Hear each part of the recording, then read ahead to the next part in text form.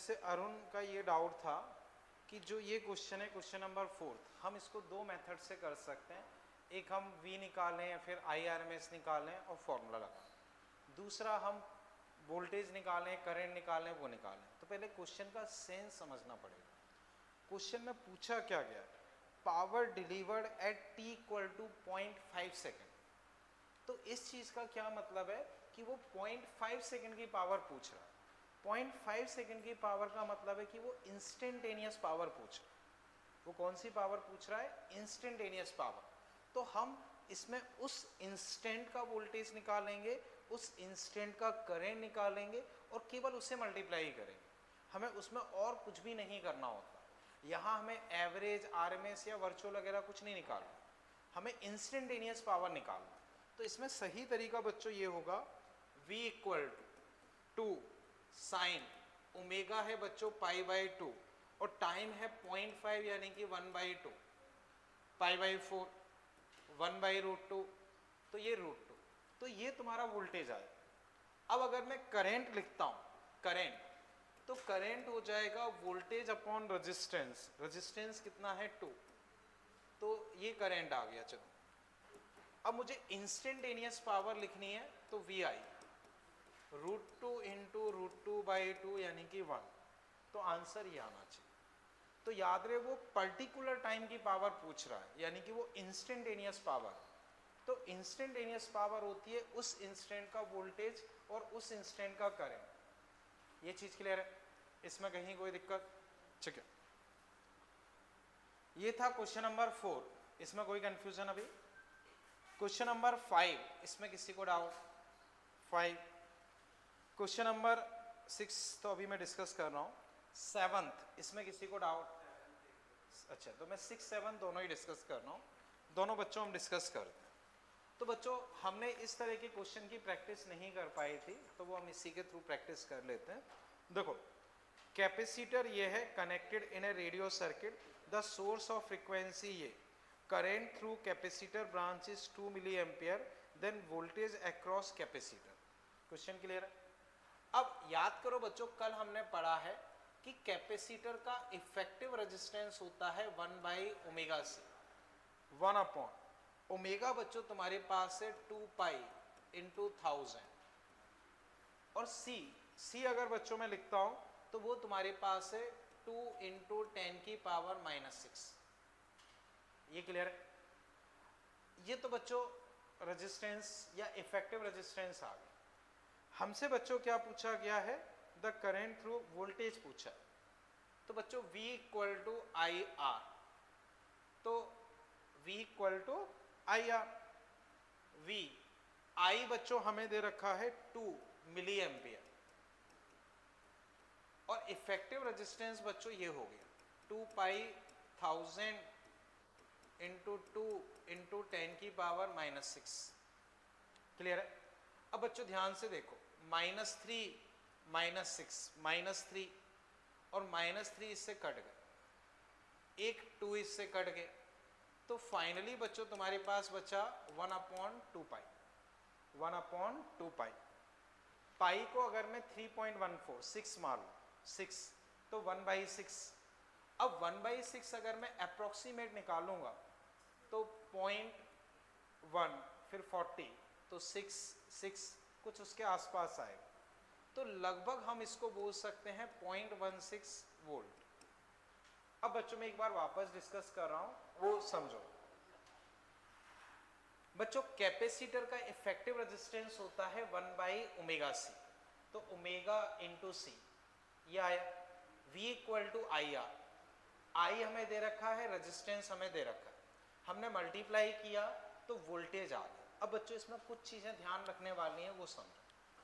इसमें जो वोल्टेज हमने निकाला है वो RMS वोल्टेज माना जाएगा, और जो करंट उन्होंने हमें दिया है वो भी RMS माना जाएगा, क्योंकि उन्होंने कुछ भी स्पेसिफाई नहीं किया है। तो जो करंट हमें दिया गया है वो RMS करंट है। अब चूंकि मैंने RMS करंट यूज किया है, तो जो ये वोल्टेज आया है वो RMS वोल्टेज माना जाएगा। बाई चांस अगर ये पीक करंट होता तो ये पीक वोल्टेज माना जाता, लेकिन जब तक कुछ स्पेसिफाइड ना हो हम उसे RMS मानते हैं। तो इसमें आंसर बच्चों लगभग 0.16 वोल्ट के आसपास। इसमें कहीं कोई दुविधा किसी को हो तो बताएं। ठीक है बच्चों, अब आगे देखते हैं। अब 7th बच्चों, हाँ बोलो। 7th ना, वो अभी मैं डिस्कस कर रहा हूँ, 2 मिनट रुको।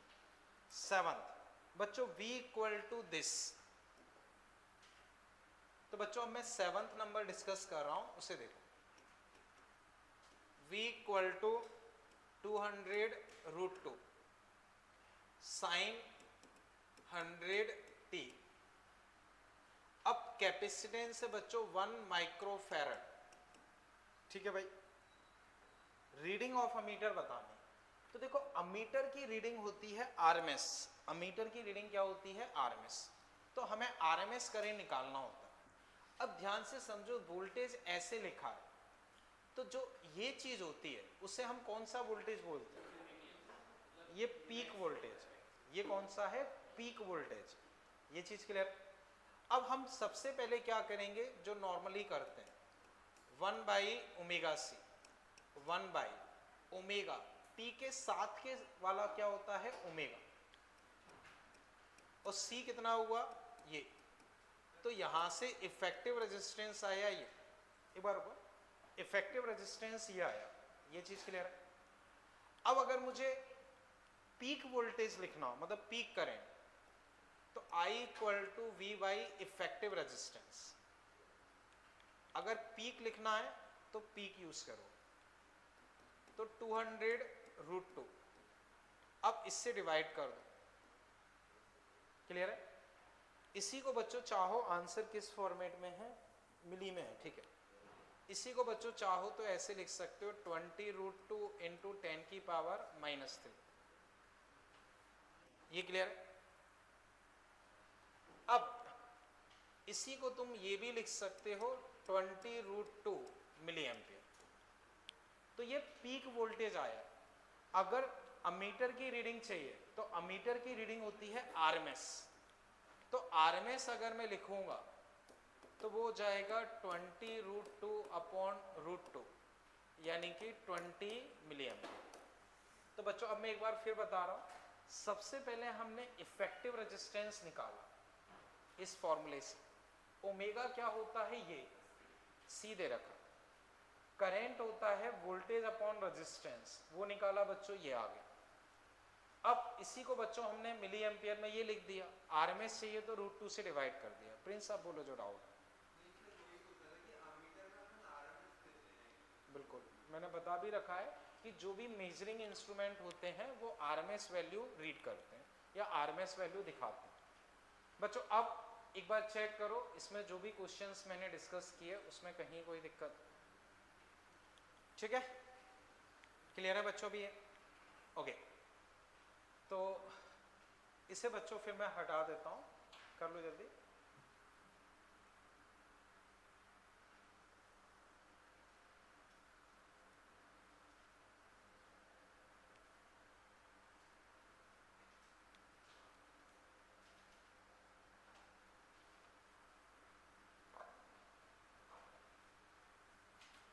ठीक हो ना मन? कोई दिक्कत तो नहीं?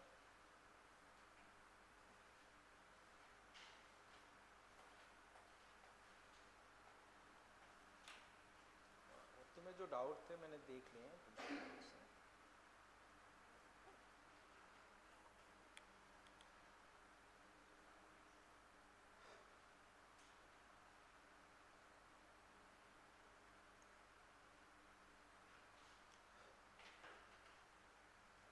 तो बच्चों फिलहाल हमने 2-3 काम की चीज़ें पढ़ी हैं। एक बच्चों ये है कि रजिस्टर का इफेक्टिव रेजिस्टेंस उतना ही होता है। जैसे 20 है तो 20 ही, 50 है तो 50 ही, 60 है तो 60, उसमें कहीं कोई दिक्कत नहीं। अब रजिस्टर में बच्चों फेज डिफरेंस कितना होता है? रजिस्टर में फेज डिफरेंस 0। ठीक है। अब कैपेसिटर, कैपेसिटर का इफेक्टिव रेजिस्टेंस, जिसको हम कैपेसिटिव इंपीडेंस भी बोलते हैं, कैपेसिटिव रिएक्टेंस, कैपेसिटिव रिएक्टेंस, वो अपने पास क्या होता है? 1/ω_c, 1/ω_c। और कैपेसिटर में वोल्टेज क्या होता है, कितना आगे या पीछे होता है, तो 90 पीछे होता है। तो ये दिमाग में रखना है, कैपेसिटर में वोल्टेज 90 पीछे होता है। ये चीज क्लियर है? ओके, अब इसे बच्चों मैं हटा रहा हूं। तो बच्चों हमने प्योर रेजिस्टिव पढ़ लिया, प्योर कैपेसिटिव पढ़ लिया। अब बच्चों जो हम पढ़ने वाले हैं वो है प्योर इंडक्टिव सर्किट। तो बच्चों हेडिंग लिख लो, pure inductive circuit. Pure inductive circuit, pure inductive, कौन सा वाला, फिफ्थ। देखो, a small signal voltage across capacitor, तो कैपेसिटर के अक्रॉस लगाया। तो याद करो मैंने कल लिखवाया था कि कैपेसिटर में पावर कंजम्पशन क्या होता है, जीरो। कैपेसिटर में पावर कंजम्पशन क्या होता है, जीरो। तो बस पूरे साइकिल में पावर कंजम्पशन निकालोगे, क्या हो जाएगा, जीरो। क्लियर है? बाकी ऑप्शन भी देख लेते हैं। Current lag voltage bye 90 degree. तो अब देखते हैं, देखो वोल्टेज 90 पीछे होता है, अभी अभी मैंने बताया। और फर्स्ट ऑप्शन में इन्होंने बोला है कि करंट पीछे होता है, वो गलत है। दूसरा, over a full cycle the capacitor does not consume any energy from voltage source, वो चीज सही है। Current is in phase of voltage, तो वो गलत है, 90 डिग्री का फेज होता है। Current lead voltage bye 180 degree, तो 180 डिग्री जैसा तो कुछ होता ही नहीं है, बस आंसर हो जाएगा सेकंड। ठीक है? तो अब बच्चों लिख लो pure inductive circuit, pure inductive circuit, pure inductive circuit. तो सर्किट डायग्राम बच्चों ये हो गया। इंडक्टर को बच्चों हम L से डिनोट करते हैं, किससे डिनोट करते हैं, L से। इंडक्टर बच्चों क्या होता है, वायर को ऐसे बेंड कर दो, वही अपने आप में क्या हो जाता है, इंडक्टर। ये चीज क्लियर है? ठीक है, बहुत जगह आप कोई सी भी चीज उठा के देख लो, सब में इंडक्टर है। जैसे ये पेन लगा है, तो इसमें जो कॉइल है वो अपने आप में क्या है, इंडक्टर। सॉरी, पंखा मान लो, पंखे के अंदर जो कॉइल है वो अपने आप में इंडक्टर है। हाँ, मोटर में जो तार लगा होता है वही इंडक्टर। तो कुल मिला के तार को तुमने ऐसे घुमा दिया, वही इंडक्टर बन गया। ठीक है? तमन्ना तुम उस साइड खिसक जाओ, बिल्कुल उस साइड। ठीक है ना, उस साइड खिसक जाओ। ओके बच्चों, यहां तक कोई कंफ्यूजन?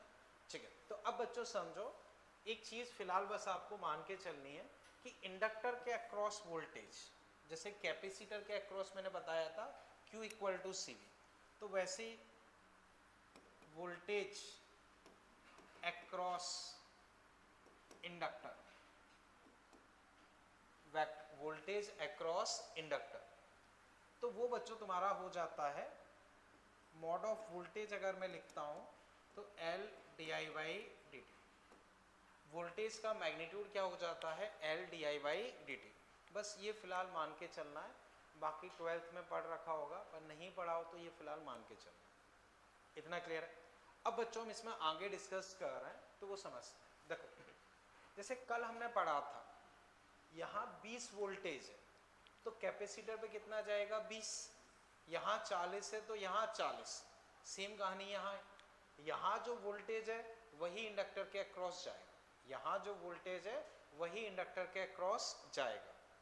ये चीज क्लियर है बच्चों? यहाँ तक कोई कंफ्यूजन? ठीक है,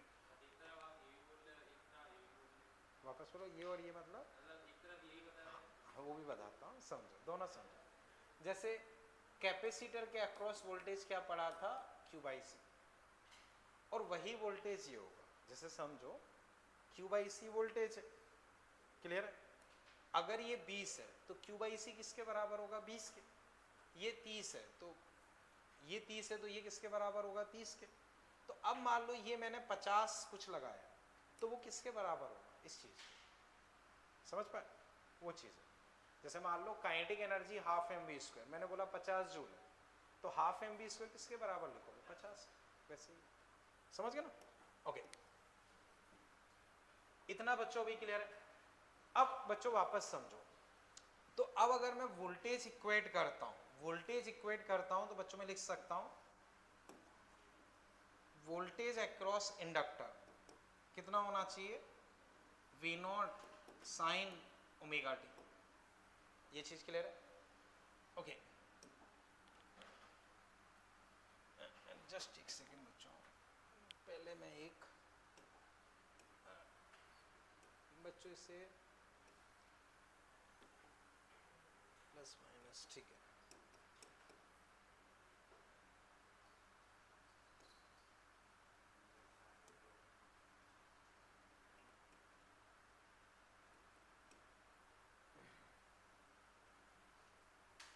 ठीक है, कोई नहीं। Okay, V L equal to V not sine omega T, ये चीज क्लियर है? इंडक्टर के अक्रॉस बच्चों वोल्टेज क्या होता है? L D I by D T, V not sine omega T, ये चीज क्लियर है? अब बच्चों समझना, डी आई इक्वल टू यहां से क्या आ गया? V nought by L sine omega T D T, ये चीज क्लियर है? अब इंटीग्रेट बोथ साइड, अगर मैं दोनों साइड इंटीग्रेट करता हूं तो बच्चों समझो डी आई का इंटीग्रेशन क्या होगा? आई, वी नॉट बाई एल तो वैसे के वैसे, साइन का इंटीग्रेशन माइनस कॉस। अब टी के साथ में जो होता है वो इसमें किस में आ जाएगा? डिवीजन। टी के साथ में जो होगा वो किस में आ जाएगा? डिवीजन। ये चीज क्लियर है? प्लस कोई कांस्टेंट सी। अब इतना पहले बच्चों कर लो, फिर मैं डिस्कस कर लूँ। पहले इतना कर लो, फिर देखते।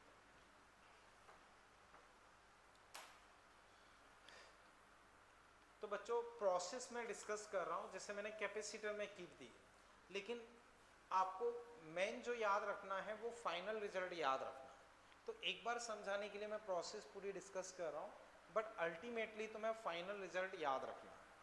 इतना कर लो बच्चों, फिर देखते हैं।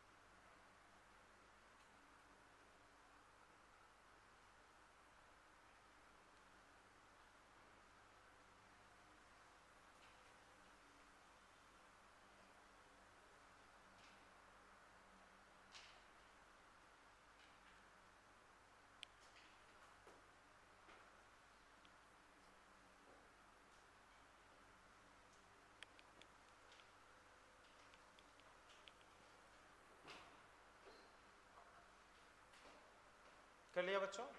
अब बच्चों याद करो, मैंने तुम लोगों को एक क्वेश्चन डिस्कस किया था, डेटा थोड़ा बहुत इधर उधर हो सकता है, 3 + 4 साइन ओमेगा टी, डेटा कुछ इधर उधर हो सकता है। इसका मान लो बच्चों मैंने तुमसे एवरेज पूछा, इसका मैंने तुमसे आरएमएस पूछा, तो मान लो चलो बच्चों हम इस क्वेश्चन को फिर सॉल्व कर देखना। मान लो मैंने इसे मान लिया 4πt, मैं पूछता हूँ इसका एवरेज बताओ, तो बच्चों बताओ 3 का एवरेज, 4 का एवरेज, साइन का एवरेज, फाइनल आंसर। तो बच्चों बताओ इस केस में एवरेज कितना आया? 3। अगर बच्चों यहाँ 2 होता तो एवरेज क्या होता? यहाँ 5 होता तो एवरेज, यहाँ C होता तो एवरेज, B होता तो एवरेज। इतना समझ गए बच्चों? अब बच्चों कंक्लूजन समझो, ध्यान से देखना, ये हमने C लिखा है, क्या लिखा है? C। तो बच्चों AC में एवरेज वैल्यू क्या होती है? एवरेज वैल्यू AC के लिए कंप्लीट साइकिल की एवरेज क्या होती है? 0। तो बच्चों AC में कंप्लीट साइकिल में एवरेज क्या होना चाहिए? 0। अगर इसमें कोई कांस्टेंट टर्म ऐड हुआ तो एवरेज क्या आ जाएगा? 3 या 4 या C या B कुछ आ जाएगा, लेकिन हमें एवरेज वैल्यू क्या चाहिए? 0। तो इस वजह से अगर इस C की कोई वैल्यू हुई 1 2 3 4 5 या कुछ 1 माइनस कुछ भी रहता है, तो एवरेज निकालोगे तो वो वही आ जाएगा, जबकि एवरेज क्या होना चाहिए, 0। तो उस वजह से इस सी को क्या होना पड़ेगा, 0। तो भले ही हमने ये कांस्टेंट लिखा है लेकिन इसकी वैल्यू क्या होगी, 0। तो इसके बाद बच्चों एक लाइन लिख लो, इसमें एक लाइन बच्चों इसमें लिख लो, constant C will be 0, constant C will be 0। C की जगह बच्चों C नॉट कर लो, कहीं वो कैपेसिटेंस जैसा ना लगे। तो constant C not will be 0 as average value of AC, constant C naught will be 0 as average value of AC is 0. Constant C naught will be 0 as average value of AC is 0. समझ गए? तो अब बच्चों अगर मैं current लिखता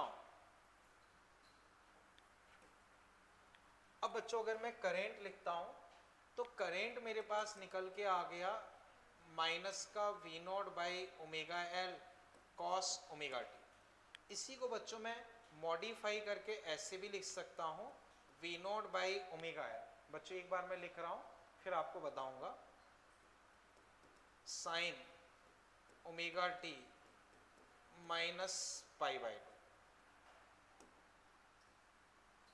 कैसे आता है वो भी मैं चेक करवा दूंगा, अभी मैंने डायरेक्ट लिख दिया। इसको ये कैसे लिखेंगे वो अभी मैं बता दूँ, ठीक है? अब वापस समझो, इसी को बच्चों मैं ऐसे भी लिख सकता हूं, I equal to I nought sine omega T minus pi by 2। I nought बच्चों यहां से क्या आ गया है, वी नॉट बाई ओमेगा है। तो एक बार बच्चों इतना कंप्लीट कर लो, फिर इसको मैंने ये कैसे लिखा है वो भी मैं एक्सप्लेन करता हूं, बट पहले इतना कंप्लीट कर लो। समझ गए ना? इतना बच्चों कर लो, इसको ये कैसे लिखेंगे वो अभी मैं समझाता हूं।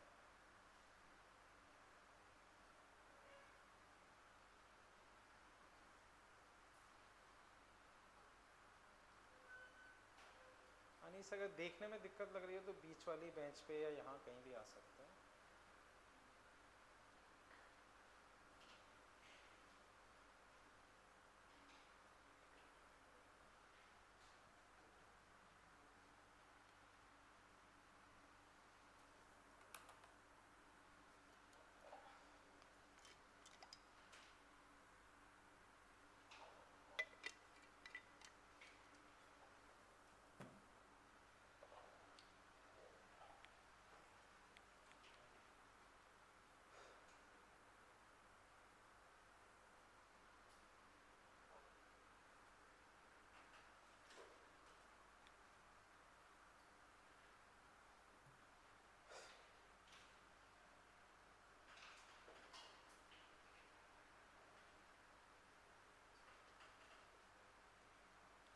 इतना क्लियर है बच्चों?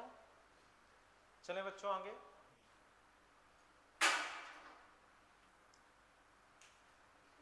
ठीक है, ओके। अब बच्चों सबसे पहले मैं ये एक्सप्लेन कर रहा हूं कि यहां से ये कैसे आएगा, यहां से ये कैसे आएगा, वो बच्चों मैं डिस्कस कर रहा हूं, वो समझो। बच्चों इसे लिखने की जरूरत नहीं है, बस मैं एक्सप्लेन कर रहा हूं। यहां तक कंप्लीट कर लिया ना? अब समझो, साइन मैंने इसको लिख दिया minus pi by 2 minus omega T. बोलो बच्चों, इसमें और इसमें कोई फर्क दिख रहा है? बोलो बच्चों, इसमें और इसमें कोई फर्क दिख रहा है? माइनस को अंदर भेजो, omega T minus pi by 2 वही चीज लिख सकते हैं, कोई दिक्कत नहीं। इसी को बच्चों ऐसे लिख सकते हैं, माइनस को अंदर भेजो, ये माइनस ये प्लस, ये माइनस ये प्लस, यही तो लिखा है। अब बच्चों थोड़ा सा याद करो जो mathematical tools, sine of minus theta, sine of minus theta किसके बराबर होता था? चलो याद नहीं आ रहा है, मैं याद दिलवाता हूं बच्चों, ये अपना ASTC होता था। ठीक है, इसमें ऑल, इसमें sine and cosec, tan and cot, cos and sec. तो मान लो बच्चों मैंने -30 लिखा, तो -30 का मतलब होता है ये एंगल, तो -30 का मतलब होता है ये एंगल, यानी कि 360 -30, यानी कि एक तरीके से 330। तो 330 अपना इस क्वाड्रेंट में आ रहा है, इस क्वाड्रेंट में आ रहा है, तो कॉस और सेक पॉजिटिव होता है। क्या पॉजिटिव होता है? कॉस और सेक। तो अगर मान लो मैंने माइनस साइन एक्स लिखा है, तो इसका मतलब होता है sine of 360 minus X. 360 minus X मतलब इस क्वाड्रेंट में होगा, इस क्वाड्रेंट में साइन फंक्शन नेगेटिव और 360 है तो चेंज नहीं होगा, तो हम इसको लिख सकते हैं माइनस साइन एक्स। तो कुल मिला के ये समझो साइन ऑफ माइनस थीटा क्या होता है? Minus sine theta. Tan of minus theta minus tan theta, cot of minus theta minus tan theta, cosec of minus theta minus cosec theta. लेकिन कॉस और सेक चेक करो तो ये इसी quadrant में होंगे, तो cos of minus theta plus cos theta, sec of minus theta plus sec theta. तो ये बच्चों हमने फर्स्ट चैप्टर या सेकंड जो भी रहा हो मैथमेटिकल टूल्स में डिस्कस कर चुके हैं, बट स्टिल मैंने रिकॉल करवा दिया। ये चीज क्लियर है? अब बच्चों वापस इधर आते हैं, तो sine of minus theta, sine of minus theta किसके बराबर होगा? तो इसी को बच्चों में लिख सकता हूं minus sine theta, sine of minus theta minus sine theta. यहां तक कोई दिक्कत? अब बच्चों याद करो साइन 90 माइनस थीटा क्या होता है? Sine 90 minus theta cos theta. 90 है तो चेंज हो जाता है और फर्स्ट क्वाड्रेंट में है तो पॉजिटिव, तो साइन ऑफ 90 माइनस थीटा इसको लिख सकते हो कॉस थीटा। तो आप देखो माइनस कॉस ओमेगा टी वही माइनस कॉस ओमेगा टी आ, समझ गए? तो माइनस कॉस ओमेगा टी को मैं ये लिख सकता हूँ, वो मैंने प्रूफ कर दिया। समझ गए बच्चों? अभी कोई दिक्कत? तो बच्चों इससे मैं हटा देता हूँ, इतना कोई काम का नहीं, लेकिन समझाने के लिए मैंने बता दिया। अभी ये चीज क्लियर है? ठीक है। अब बच्चों वापस समझो, बताओ ओम्स लॉ से I इक्वल टू क्या होता है? I equal to V by R. तो V by R, V by R. तो बच्चों बताओ रेजिस्टेंस की जगह क्या लिखा हुआ है? रेजिस्टेंस की जगह क्या लिखा है? Omega L. तो यहाँ इफेक्टिव रेजिस्टेंस क्या हुआ?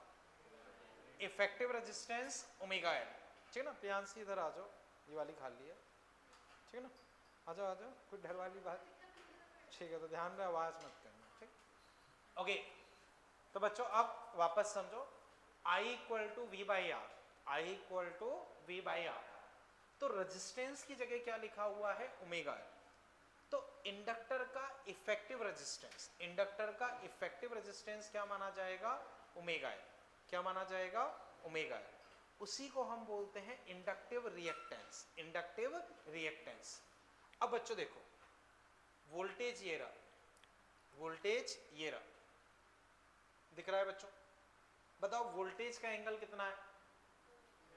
वोल्टेज का एंगल और करंट का omega T minus pi by two. तो कितने का डिफरेंस है? 90 का डिफरेंस, 90 का डिफरेंस, 90 का। तो बच्चों फेज डिफरेंस क्या माना जाएगा? 90 या पाई बाई टू। अब बताओ किसका एंगल कम है? करंट का। तो हम बोलेंगे कि करंट 90 डिग्री पीछे, करंट 90 डिग्री पीछे, लेकिन हम बच्चों वोल्टेज के टर्म्स में ही याद रखेंगे। तो करंट 90 डिग्री पीछे यानी कि वोल्टेज 90 डिग्री आगे। इतना समझ गए? तो अब बच्चों इसके बाद आप लिख लो इफेक्टिव रेजिस्टेंस और इंडक्टिव रिएक्टेंस। तो XL बच्चों अपने पास कितना आ गया? ओमेगा है। ओमेगा को चाहो तो 2 पाई एफ भी लिख सकते हो। तो इंडक्टर का इफेक्टिव रेजिस्टेंस या इंडक्टिव रिएक्टेंस वो ये आ जाएगा, ठीक है?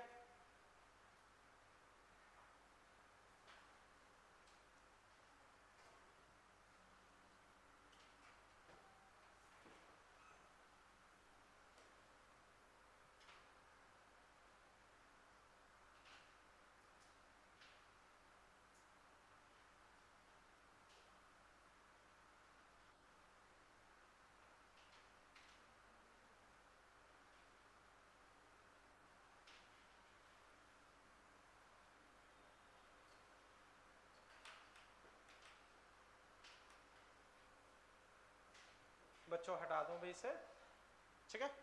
अब फेज डिफरेंस बच्चों बताओ कितना आया। अब फेज डिफरेंस के आगे बच्चों एक लाइन और लिख लो,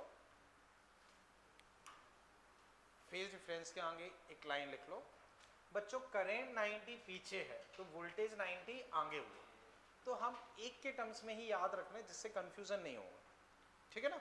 तो इस तरह से बच्चों लिख low voltage lead current, voltage lead current, voltage lead current by pi by two, voltage lead current by pi by two या 90 डिग्री। तो इसमें वोल्टेज 90 आगे होगा, वोल्टेज 90 आगे होगा। अब बच्चों पावर फैक्टर cos 90 कितना होगा 0, इतना लिख लो, फिर आगे डिस्कस करते हैं।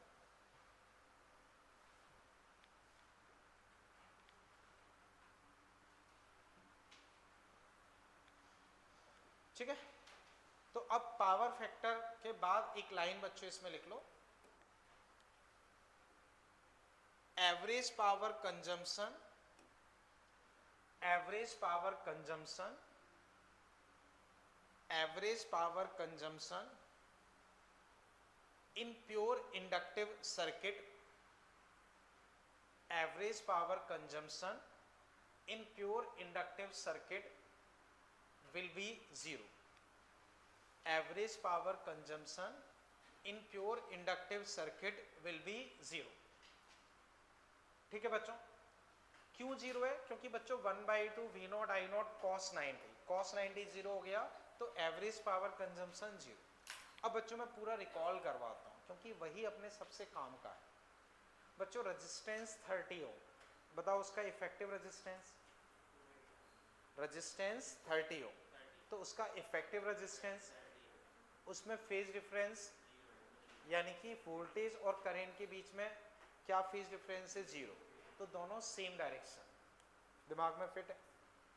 कैपेसिटर का इफेक्टिव रेजिस्टेंस 1/ω_c, और उसमें वोल्टेज आगे है या पीछे, कितना पीछे है, तो 90 होने की वजह से उसमें पावर कंजम्पशन 0, ठीक है। अब इंडक्टर में आ जाओ, इंडक्टर का इफेक्टिव रेजिस्टेंस ओमेगा एल, और वोल्टेज आगे है या पीछे, तो वोल्टेज 90 डिग्री आगे है। ये चीजें बच्चों दिमाग में फिट होनी चाहिए क्योंकि आगे यही चीजें बार बार रिपीट होंगी। अब इसमें भी पावर कंजम्पशन क्या होगा इंडक्टर में 0, ये चीज क्लियर है, आप बोलो।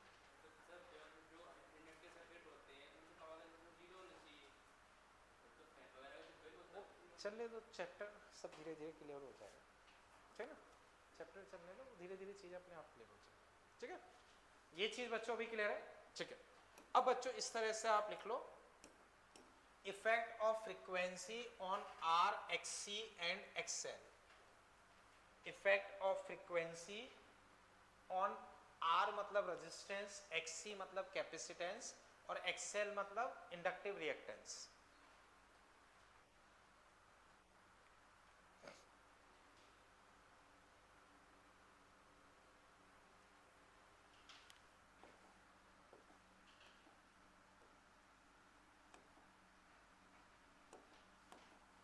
ठीक है, तो बच्चों मान लो रेजिस्टेंस 50 ओम है, तो अब फ्रीक्वेंसी कम कर रहे हो या ज्यादा कर रहे हो, रेजिस्टेंस की वैल्यू क्या होगी फिक्स, तो 50 है तो 50 ही रहेगा, उसको फ्रीक्वेंसी से कोई लेना देना नहीं। अब बच्चों ओमेगा होता है 2πf, तो जो फ्रीक्वेंसी के साथ रिलेशन होगा वही ओमेगा के साथ होगा। तो बच्चों फ्रीक्वेंसी या ओमेगा उसके साथ अगर मैं ग्राफ बनाता हूँ तो रेजिस्टेंस का ग्राफ कांस्टेंट होना चाहिए। जैसे मान लो 30 ओम है तो हमेशा 30 रहेगा, 80 है तो हमेशा 80 रहेगा, तो जो भी उसकी वैल्यू है वो वही बनी रहेगी, वो बदलने वाली नहीं। समझ के बच्चों, तो रेजिस्टेंस का फ्रीक्वेंसी या ओमेगा के साथ ग्राफ क्या होगा कांस्टेंट। कर लो बच्चों फटाफट।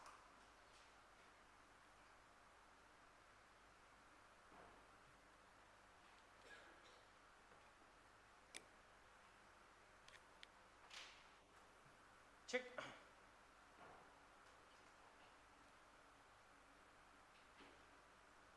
ये चीज बच्चों क्लियर है। बच्चों इसे हटा देता हूं, ठीक है। अब बच्चों समझो, ऐसी देख के बताना। बच्चों मान लो ये 10 वोल्ट और ये सर्किट टूटा हुआ है, बताओ करंट कितना फ्लो करेगा? 0। कोई दिक्कत? अब मान लो बच्चों यहां रेजिस्टेंस है लेकिन इनफाइनाइट का, तो अब अगर मैं करंट पूछता हूं तो I कितना होगा? 10/इनफाइनाइट यानी कि 0। ये चीज समझे? तो बच्चों इनफाइनाइट रेजिस्टेंस का एक तरीके से मतलब हो जाता है ओपन सर्किट।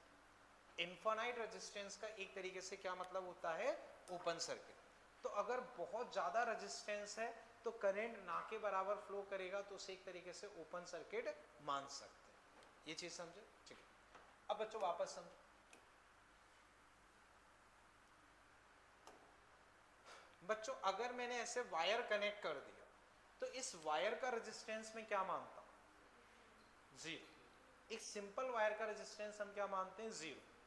तो अभी अगर मैं करंट फ्लो पूछता हूं तो क्या होगा? तो एक कंडक्टिंग वायर का रेजिस्टेंस हम क्या मानते हैं? 0। समझ गए बच्चों? ठीक है, इसमें तो कोई दिक्कत नहीं। तो बच्चों मुझे बताओ, ओपन सर्किट का रेजिस्टेंस क्या होता है? इनफाइनाइट। और वायर का रेजिस्टेंस दिमाग में फिट है? अब देखो बच्चों, देखो इंडक्टिव रिएक्टेंस से मतलब वही XL क्या होता है? ओमेगा L या 2πfL।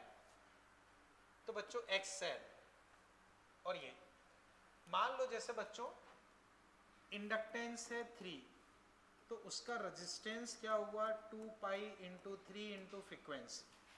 बच्चों 0 फ्रीक्वेंसी रखो, बताओ रेजिस्टेंस 1 रखो, 6π, 2 रखो, 10 रखो, 60π, 100 रखो, 600π। तो जैसे जैसे फ्रीक्वेंसी बढ़ रही है रेजिस्टेंस क्या है? बढ़ रहा है। और ग्राफ देखोगे ये सारी टर्म्स कांस्टेंट है, तो फ्रीक्वेंसी के डायरेक्टली प्रोपोर्शनल। तो यहां तुम ग्राफ बनाओगे तो straight line passing through origin. बच्चों 2 कांस्टेंट, पाई कांस्टेंट, L कांस्टेंट, तो फ्रीक्वेंसी के डायरेक्टली प्रोपोर्शनल। तो जैसे जैसे फ्रीक्वेंसी बढ़ेगी इंडक्टर का इफेक्टिव रेजिस्टेंस बढ़ेगा। इतना कंप्लीट कर। जैसे जैसे फ्रीक्वेंसी बढ़ेगी इंडक्टर का इफेक्टिव रेजिस्टेंस बढ़ेगा, ठीक है। अब बच्चों बताओ 0 फ्रीक्वेंसी पे रेजिस्टेंस क्या है? 0 फ्रीक्वेंसी का मतलब होता है डीसी सर्किट, बैटरी में कोई करंट चेंज ही नहीं होता है, तो फ्रीक्वेंसी क्या होगी? एक तरीके से 0। तो 0 फ्रीक्वेंसी पे बच्चों बताओ रेजिस्टेंस क्या है? 0। तो यानी कि डीसी सर्किट या बहुत कम फ्रीक्वेंसी पे 0 रेजिस्टेंस मतलब कंडक्टिंग वायर, 0 रेजिस्टेंस मतलब कंडक्टिंग वायर। तो बहुत कम फ्रीक्वेंसी या डीसी सर्किट के साथ इंडक्टर कैसे बिहेव करेगा? एक कंडक्टिंग वायर की तरह बिहेव करेगा। तो आगे बच्चों एक लाइन इसमें लिख लो, एट वेरी लो फ्रीक्वेंसी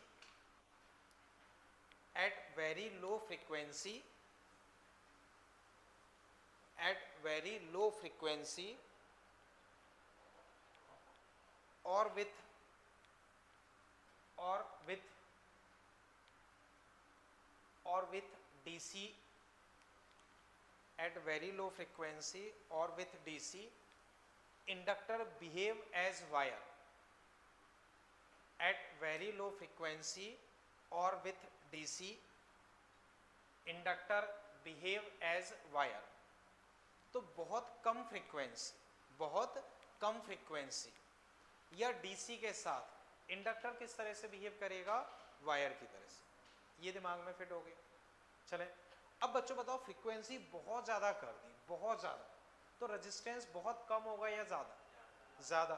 और बहुत ज़्यादा रेजिस्टेंस का क्या मतलब होता है? Open circuit. तो आगे एक पॉइंट और लिख लो, at very high frequency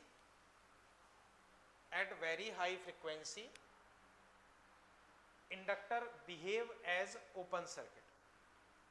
At very high frequency inductor behave as open circuit.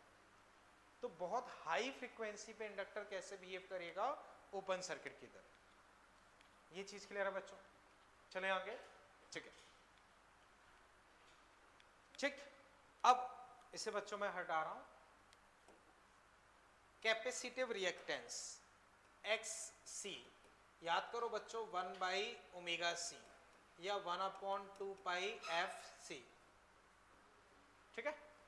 अब ये एक्स सी बच्चों बताओ, फ्रीक्वेंसी 0 रखो तो रेजिस्टेंस कितना हुआ, इनफाइनाइट, और बहुत लार्ज फ्रीक्वेंसी रखो तो 0। तो बच्चों y equal to 1/x, y equal to 1/x, याद करो ग्राफ कैसा होता है, रेक्टेंगुलर हाइपरबोला। तो बच्चों यहां तुम्हारा ग्राफ कैसा होगा, रेक्टेंगुलर हाइपरबोला, कि भाई 0 फ्रीक्वेंसी पर रेजिस्टेंस बहुत ज्यादा है और बहुत ज्यादा फ्रीक्वेंसी पर रेजिस्टेंस बहुत कम है। तो इतना ड्रॉ कर लो बच्चों। बच्चों याद करो x y equal to constant या y इक्वल टू 1/x या some constant upon x, graph कैसा होता है, रेक्टेंगुलर हाइपरबोला। वही मैंने ड्रॉ किया।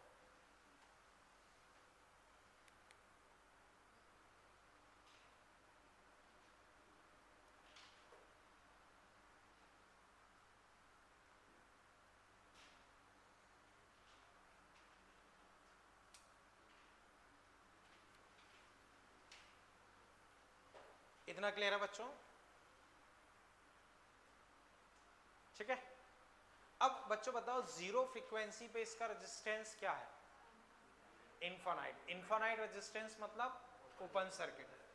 तो बहुत कम फ्रीक्वेंसी या डीसी के साथ ये किस तरह से बिहेव करेगा, ओपन सर्किट। बहुत कम फ्रीक्वेंसी या डीसी के साथ ये किस तरह से बिहेव करेगा, ओपन सर्किट। अब बहुत लार्ज फ्रीक्वेंसी पे इसका रेजिस्टेंस कम है, बहुत कम है। तो बहुत लार्ज फ्रीक्वेंसी पे बहुत कम रेजिस्टेंस यानी कि वायर, ये कैसे बिहेव करेगा, वायर। तो अब बच्चों पॉइंट बना के लिख लो, at very low frequency, at very low frequency और with DC, at very low frequency और with DC, it behave as open circuit at very low frequency or with DC, at very low frequency or with DC it behave as open circuit। Clear है? तो बच्चों बहुत कम frequency या DC के साथ ये कैसे बिहेव करेगा, ओपन सर्किट। आगे बच्चों एक लाइन और लिख लो, at very high frequency, at very high frequency, at very high frequency it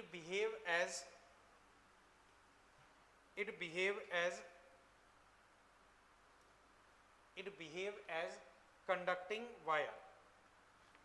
at very high frequency it behave as conducting wire। ठीक है, चलें बच्चों आगे। अब बच्चों जो मैंने तुम्हें एक पेपर शीट दी है उससे बच्चों निकालो, पेपर शीट बच्चों जो तुम्हें दी है, ठीक है, उसमें बच्चों क्वेश्चन नंबर 8 एक बार अटेम्प्ट करो। आंसर बच्चों बोलना नहीं है, जब मैं पूछूं तब बताना।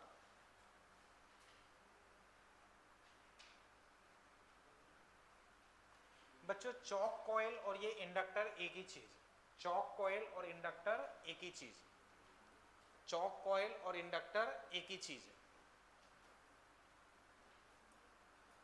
ठीक है। नमन तुम बताओ क्वेश्चन नंबर 8 में आंसर क्या होना चाहिए?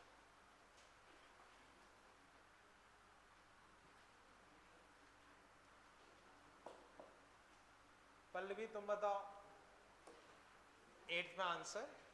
बच्चों किसी को आंसर बोलना नहीं है, जब मैं पूछूं तब बताना, ठीक है। राधिका तुम बताओ, उसमें सॉल्व जैसा है नहीं पर कर लो।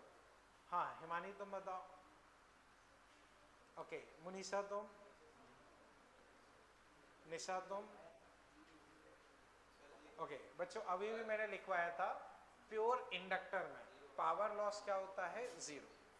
प्योर इंडक्टर में पावर लॉस क्या होता है 0।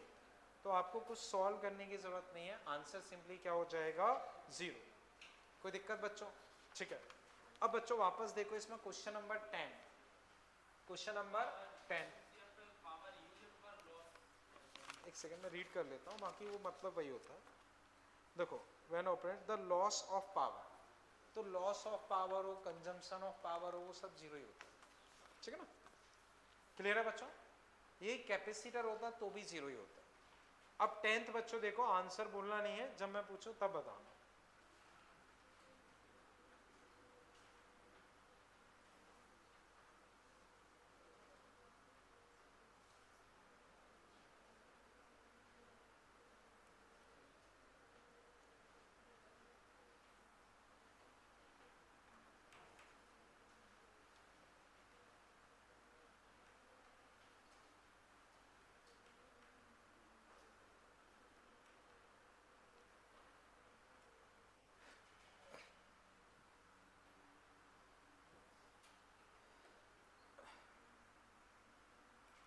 ओके अब सुमित तुम बताओ, अगर बता पाओ इसमें आंसर क्या होना चाहिए? ठीक है, सही है बच्चों। देखो the alternating current lag the EMF bye 90 degree inductor में। तो बच्चों अभी भी हमने देखा था वोल्टेज 90 आगे होगा या करंट 90 पीछे होगा, तो पहला स्टेटमेंट सही है, कोई दिक्कत नहीं। अभी भी बच्चों हमने लिखा है कि करंट 90 पीछे होता है या वोल्टेज 90 आगे होता है, बात एक ही है। अब second, inductive reactance increase as frequency of AC source decrease. तो बच्चों गलत है, अभी अभी हमने पढ़ा है फ्रीक्वेंसी बढ़ाने पे ये बढ़ता है, जबकि इन्होंने बोला है कम हो रहा है। तो इन्होंने जो बोला है वो गलत है, तो सही गलत सही गलत सही गलत के हिसाब से आंसर अपने पास बच्चों थर्ड। कोई दिक्कत? अब बच्चों इसमें 12th नंबर अटेम्प्ट करो, 12th नंबर।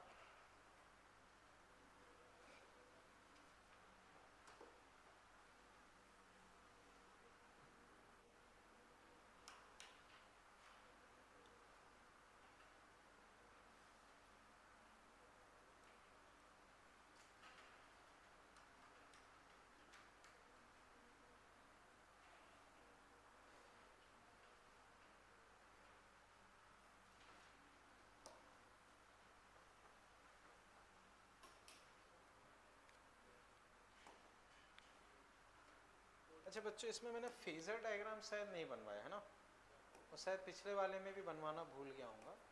खैर कोई नहीं बच्चों, कहीं थोड़ा सा स्पेस हो तो फेजर में कुछ ज़्यादा है नहीं। जैसे बच्चों इसमें वोल्टेज 90 आगे है, तो करंट मान लो तुमने यहाँ लिया, तो वोल्टेज बच्चों 90 आगे ऐसे ले लो। बच्चों इस तरह का कैपेसिटर में बनवाया था क्या? अच्छा अगर नहीं बनवाया हो तो ये इंडक्टर के लिए। कैपेसिटर में बनाओगे तो करंट इधर वोल्टेज इधर 90 पीछे। कैपेसिटर में वोल्टेज 90 पीछे था तो उस तरह से डायग्राम बना सकते। समझ गए ना बच्चों? फेजर करके ये ऊपर वाला बच्चों इंडक्टर के लिए, नीचे वाला कैपेसिटिव सर्किट के लिए। ऊपर वाला बच्चों इंडक्टर के लिए है, कहीं भी थोड़ा सा स्पेस देख के फेजर लिख के बस बना सकते हो। और नीचे वाला बच्चों किसके लिए है? कैपेसिटर के लिए। तो जहां मैंने कैपेसिटिव सर्किट डिस्कस किया है उसमें स्पेस देख के इतना बना सकते। ठीक है ओके। अब प्रिंस तुम बताओ, क्वेश्चन नंबर 12 तुमसे हुआ। 4th क्या किया तुमने बताओ?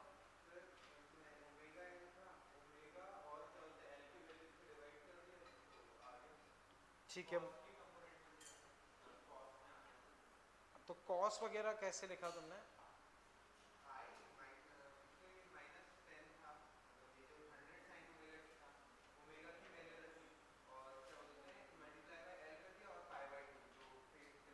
ठीक है चलो बच्चों मैं डिस्कस कर रहा हूँ वो समझो।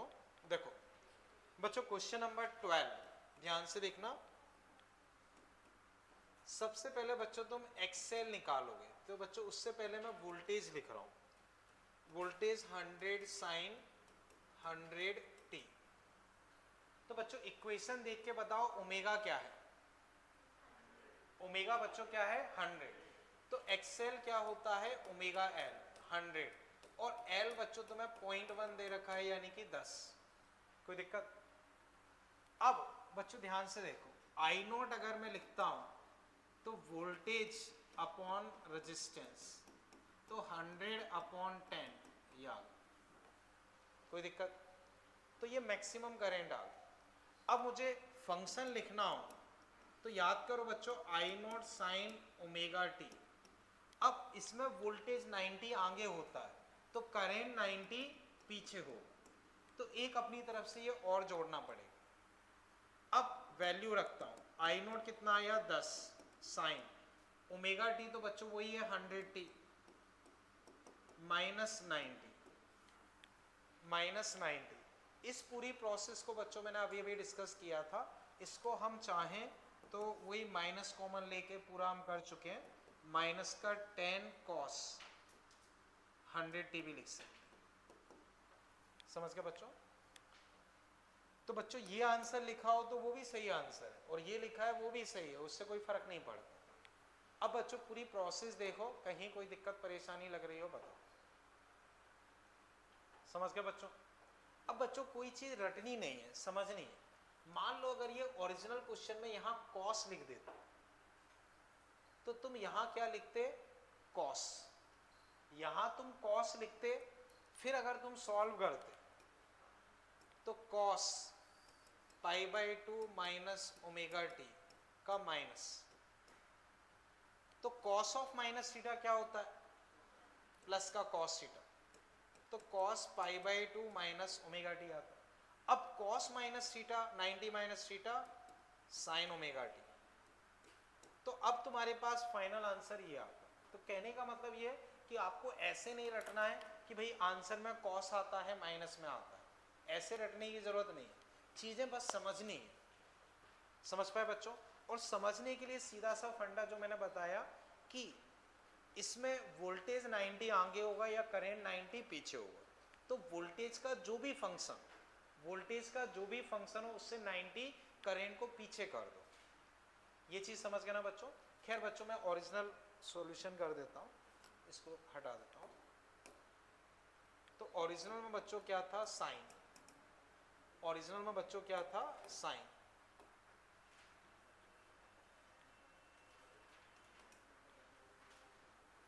प्रियांशी आवाज आ रही है, ध्यान रखें उसका, ठीक? ओके, एक ही चीज है, power dissipated, power loss, power consume, कुछ भी बोलते हैं सबसे, ठीक है? क्लियर है बच्चों अभी यहाँ तक? ये क्वेश्चन समझ गए? अब बच्चों वापस से आप अपनी सीट देखो, इसमें बच्चों फाइनल आंसर तुम्हारे पास क्या आ गया 4th। इसमें बच्चों क्वेश्चन नंबर 14 एक बार और अटेम्प्ट करो, क्वेश्चन नंबर 14।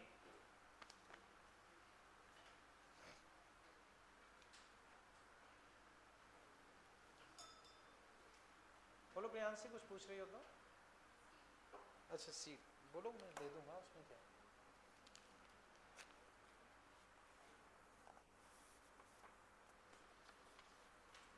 बच्चों ये सीट सब पे है ना, और कोई तो नहीं जिस पे नहीं हो?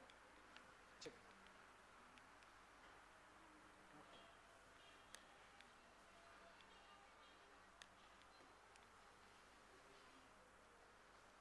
बच्चों ये क्लियर है ना सबको? अभी मैं हटा रहा हूं बच्चों, ठीक है? अब बच्चों हम वापस आते हैं। मैंने बच्चों क्वेश्चन तुम्हें दिया 14, inductor of 1 henry connected to this and this, peak value of current approximately पूछा। एक बार बच्चों अपने हिसाब से करो, जब मैं पूछूं तब आंसर बताना।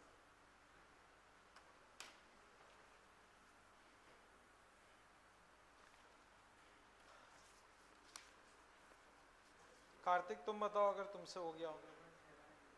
0.7, ओके।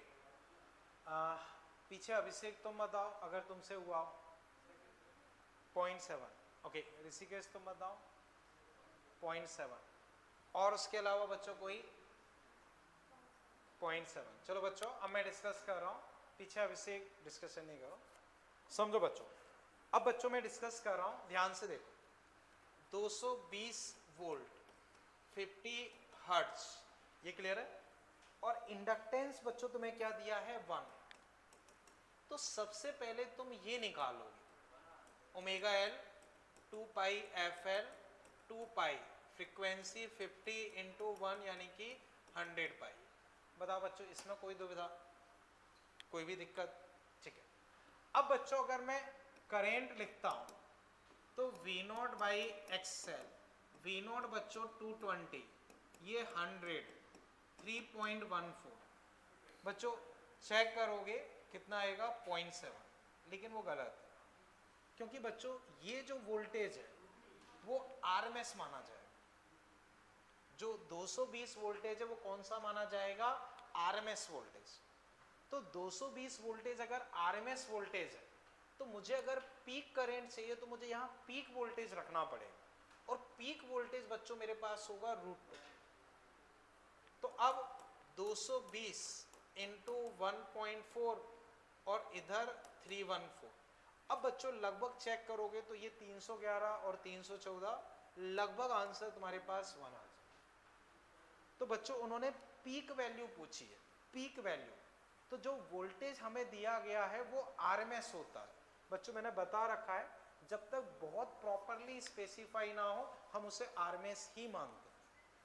अगर इसमें वो पूछता आरएमएस करंट बताओ तो 0.7 होता।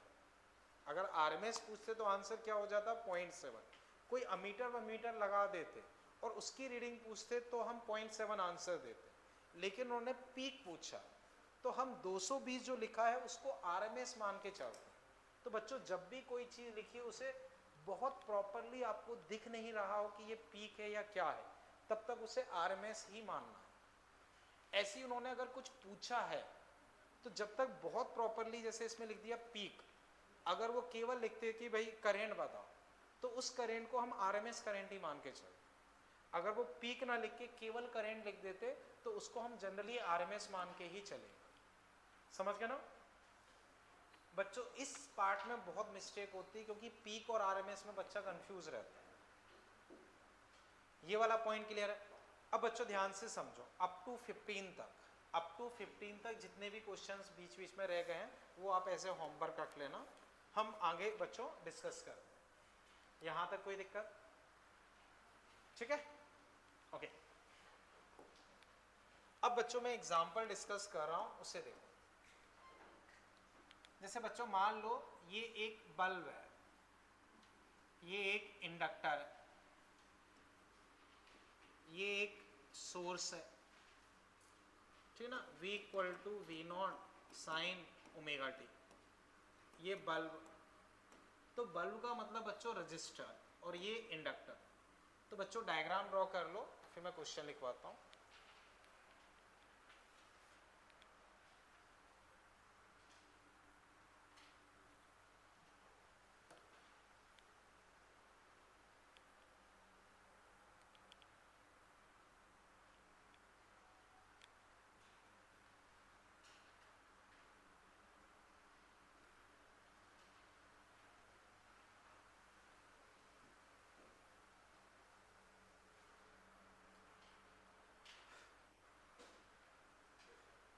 ठीक है, अब बच्चों इसमें लिख लो what will be the effect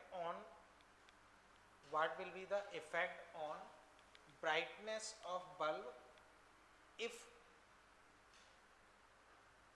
what will be the effect on brightness of bulb if बच्चों A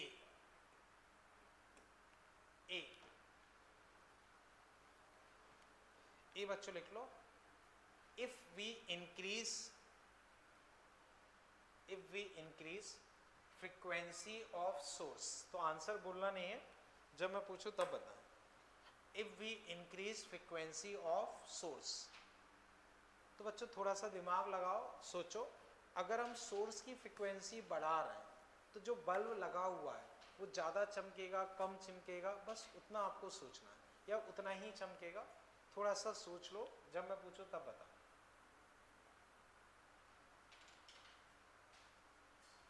ठीक है, अरुण बताना चाहोगे? बोलो तुम क्या सोच रहे हो? अगर रेजिस्टेंस उससे ज़्यादा देखें, रेजिस्टेंस बढ़ेगी उससे ज़्यादा कम होना चाहिए, लेकिन अगर पावर के साथ देखें कि वो पावर में तो कोई वो काम उसको वो लॉस करती नहीं है, तो फिर सेम ही रहना चाहिए। ओके चलो देखते हैं। हाँ तुम दोनों ध्यान रखो, डिस्कशन नहीं। पीछे प्रिंस तुम बिल्कुल उस साइड पहुंच जाओ। ठीक, ओके चलो अभी मैं डिस्कस करता हूँ। और बच्चों कोई और बताना चाहे तो बताओ। क्या करेगी? इंक्रीज। क्यों? डिक्रीज क्यों?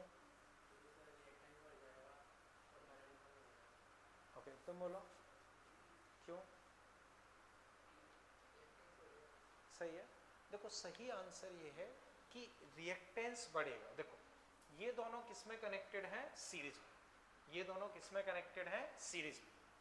तो सीरीज में कनेक्टेड है तो सीरीज में इफेक्टिव रेजिस्टेंस हम जोड़ देते हैं। फिलहाल ये मान, अब बच्चों में फ्रीक्वेंसी बढ़ा, इसके रेजिस्टेंस को तो कोई फर्क पड़ने वाला नहीं, इसका रेजिस्टेंस बढ़े, इसका रेजिस्टेंस बढ़ेगा तो ओवरऑल रेजिस्टेंस बढ़ गया।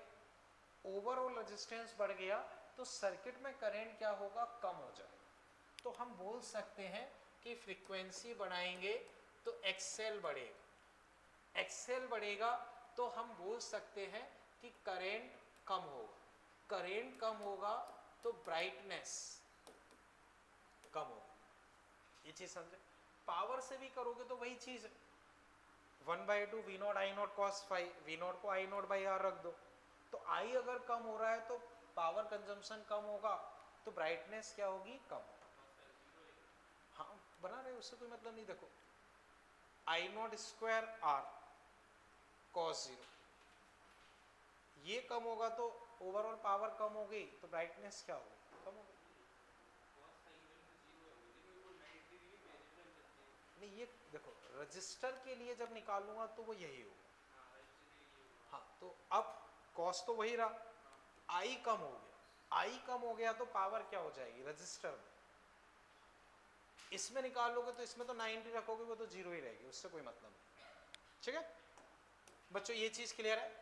अब बी पार्ट बच्चों यही मान लो, मैं लिखवा नहीं रहा हूं, देख के बताओ बस एक सेकेंड। फ्रीक्वेंसी अगर मैं कम करता तो क्या होता? बढ़ जाते। ठीक है ना, एक सेकेंड। हाँ प्रिंस तुम बोलो। क्या चीज? नहीं समझना, वोल्टेज मान लो मैंने ऐसे लिख दिया 200 साइन 2 पाई टी। बताओ वोल्टेज की मैक्सिमम वैल्यू आरएमएस 200/√2, मैंने इसे 20 पाई लिख दिया। अब वोल्टेज की मैक्सिमम वैल्यू 2000 लिख दिया। तो ओमेगा बढ़ाने पे वोल्टेज को कोई फर्क पड़ रहा है? नहीं, हम केवल ओमेगा बढ़ा रहे हैं। हाँ करण तुम बोलो। रेजिस्टेंस नहीं बढ़ रहा है, इफेक्टिव रेजिस्टेंस। सर्किट का इफेक्टिव रेजिस्टेंस बढ़ रहा है, रजिस्टर का रेजिस्टेंस तो वही है उसका। हाँ वो तो मैं बोल ही रहा हूँ, ये बढ़ेगा तो इफेक्टिव करंट कम होगा, इफेक्टिव करंट कम होगा तो इसमें करंट कम जाएगा तो पावर कम हो जाएगी। ठीक है, ये चीज क्लियर है बच्चों भाई? ठीक है, बी इसमें लिख लो। B, if we insert iron rod in inductor, if we insert iron rod in inductor, if we insert iron rod in inductor। अब इसका आंसर जो देना चाहे वो बताएं एक बार, तुम बोलो क्यों?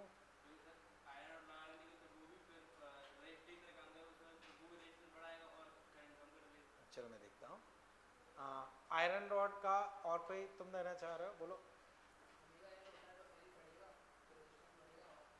देखो अभी बच्चों एक मान लो, जैसे थोड़ा आपको 12th का कम पता है पर कोई नहीं, अभी मान सकते हो। देखो इंडक्टर में जब हम आयरन रॉड इंसर्ट करते हैं, जैसे आयरन रॉड का मान लो म्यू आर अगर 100 है तो उसका इंडक्टेंस 100 टाइम्स हो जाएगा। आयरन रॉड के लिए हम म्यू आर डिफाइन करते हैं, हैं, रिलेटिव परमीबिलिटी, तो वो अगर 100 है तो वो 100 टाइम्स इंडक्टेंस हो जाए। अगर ये 500 है तो इंडक्टेंस 500 टाइम्स हो जाएगा। तो अभी बस तुम ये मान सकते हो कि जब हम उसमें आयरन रॉड इंसर्ट करते हैं तो उसका इंडक्टेंस बढ़ जाता है। क्या बढ़ जाता है? इंडक्टेंस।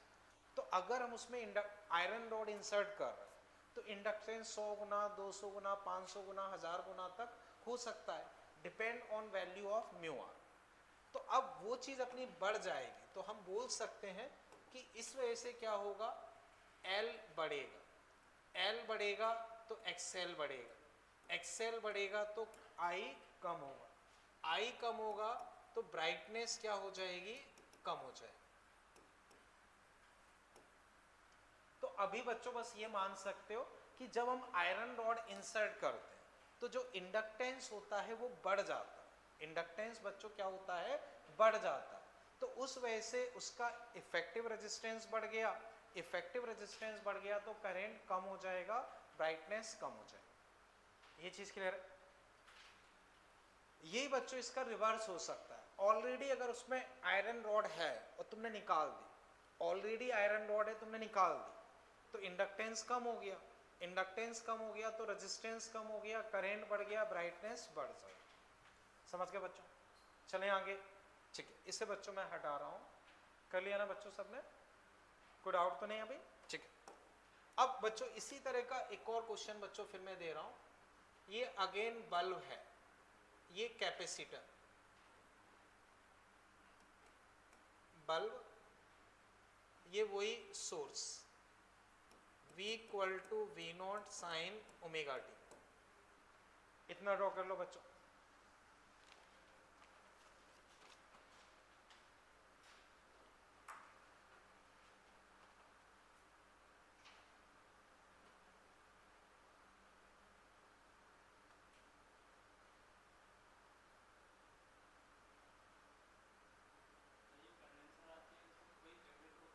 हाँ हाँ, कंडेंसर कैपेसिटर।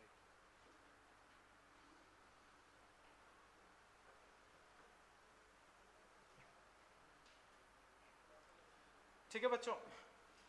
अब बच्चों इसमें आप लिखो, what will be the effect on brightness of bulb, what will be the effect on brightness of bulb, what will be the effect on brightness of bulb if, तो ए बच्चों तुम लिख लो, ए, if frequency of source increases, if frequency of source increases। ठीक है, तो बच्चों frequency तुम बढ़ा रहे हो, अब ब्राइटनेस पे क्या फर्क पड़ेगा? बोलो राधिका, अगर बताना चाह रहे हो श्री राधिका। क्यों बढ़ेगा?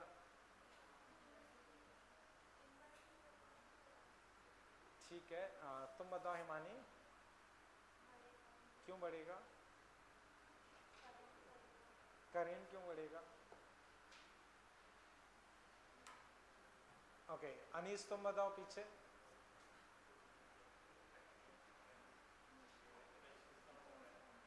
क्यों कम होगा इफेक्टिव रेजिस्टेंस?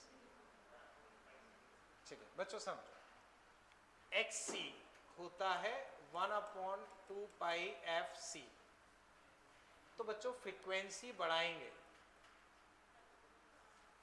तो XC कम होगा, तो इफेक्टिव रेजिस्टेंस कम होगा, इफेक्टिव रेजिस्टेंस कम होगा तो करंट बढ़ेगा, करंट बढ़ेगा तो ब्राइटनेस बढ़ेगी, ब्राइटनेस बढ़ेगी। समझ गए बच्चों? यहाँ फ्रीक्वेंसी बढ़ाओगे तो ये इनवर्स में है, तो XC कम होगा, I बढ़ेगा तो ब्राइटनेस बढ़ेगी।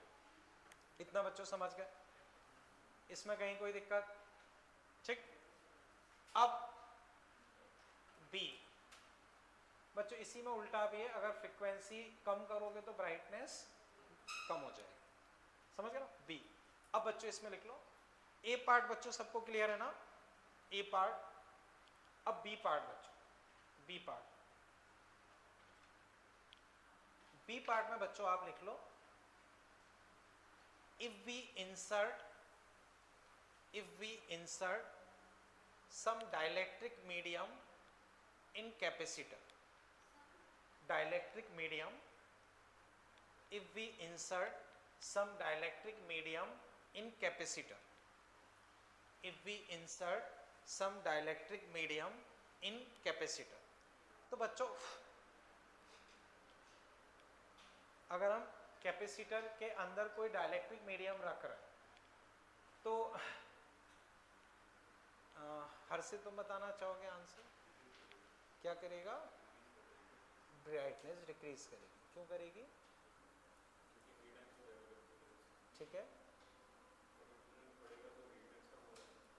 तो बोलो बोलो, सही बोल रहे हो।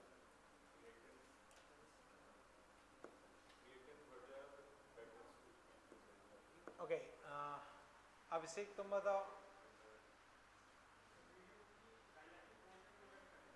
देखो मीडियम का डाइलेक्ट्रिक कांस्टेंट हमेशा 1 से ज़्यादा ही होता है। जैसे सबसे कम डाइलेक्ट्रिक कांस्टेंट जो होता है वो होता है एयर का 1, बाकी सबका 1 से ज़्यादा ही होता है। तो हम कोई सा भी मीडियम फिल कर, जैसे मान लो हमने 2, 3, 5, 10 किसी का भी फिल किया, तो 2 का भरोगे तो डबल, 10 का भरोगे तो 10 गुना। तो डाइलेक्ट्रिक मीडियम किसी भी मीडियम का 1 से ज़्यादा ही होता है एक्सेप्ट एयर। अब एयर तो ऑलरेडी है तो उसमें कुछ भर रहे हैं तो ऑब्वियसली बात है एयर से हटके ही कुछ भर रहे होंगे। तो अब बताओ,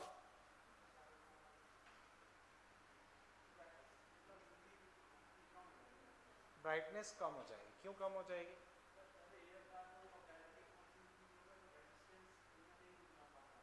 ओके, करण तुम बोलो।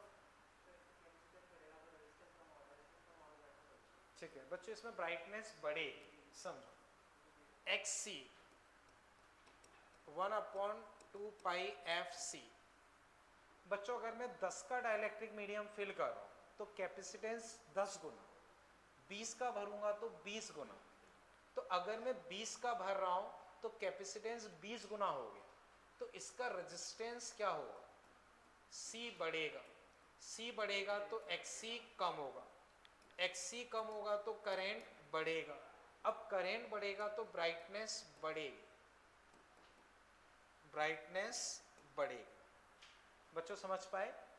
जैसे इंडक्टर में होता है, कोई मीडियम भरेंगे तो इंडक्टेंस बढ़ जाएगी। अगर 50 का भरोगे तो 50 गुना, 100 का भरोगे तो 100 गुना। सेम कैपेसिटर में होता है, अगर 10 का भर दोगे तो 10 गुना कैपेसिटेंस, 20 का भर दोगे तो 20 गुना।